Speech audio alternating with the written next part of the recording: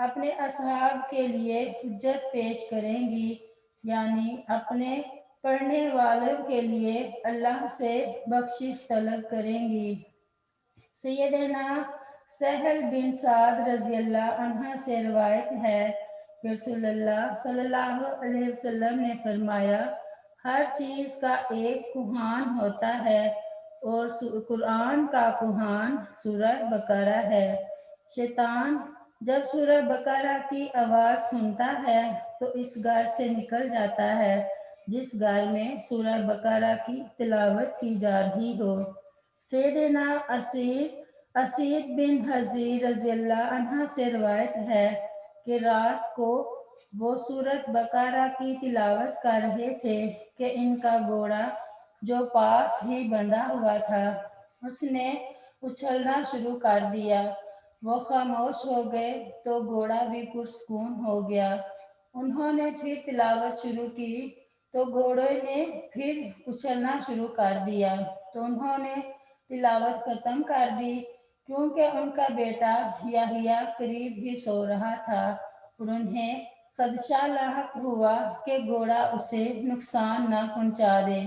جب بچے کو اٹھا لیا تو آسمان کی طرف دیکھا، فرماتے ہیں میرے سر کے اوپر بادل سا تھا جس میں قندیلیں تھیں اور وہ فضا میں اوپر جا رہا تھا جہاں تک کہ میری نظروں سے اوجھل ہو گیا۔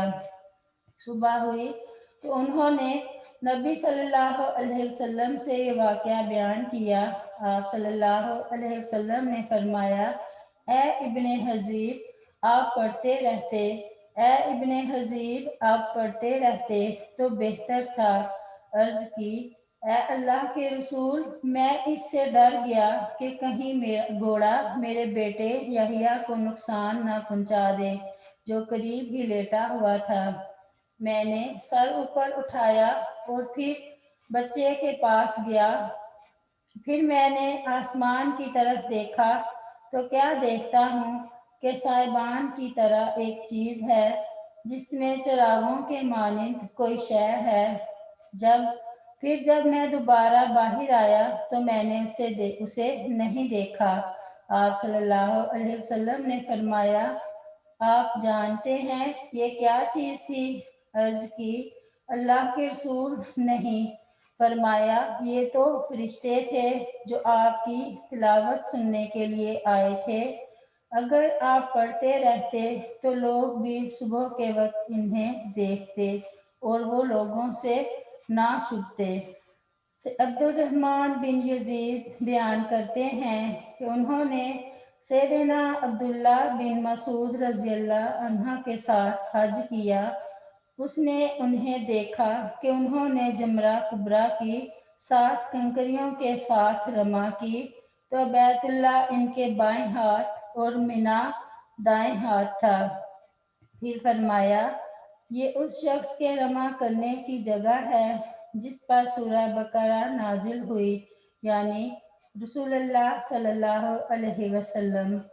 سیدنا عباس رضی اللہ عنہ بیان کرتے ہیں کہ رسول اللہ صلی اللہ علیہ وسلم نے غزوہ حنین کے دن جب صحابہ کرام رضی اللہ عنہ میں کچھ سستی دیکھی تو آپ نے مجھے حکم دیا، اے عباس اعلان کرو، اے اصحاب سمرہ یعنی اے کیکر کے درخت کے نیچے بیعت رضوان کرنے والو، اے اصحاب سورۃ بقرہ۔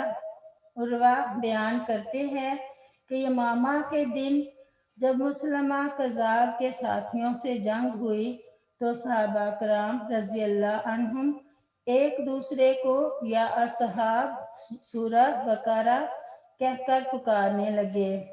سیدہ عائشہ صدیقہ رضی اللہ عنہما بیان کرتی ہیں، سورہ بقرہ اور سورہ نساء اس زمانہ میں نازل ہوئیں جب میں رسول اللہ صلی اللہ علیہ وسلم کے پاس تھی۔ یہ تھا سورۃ بقرہ کا تعارف۔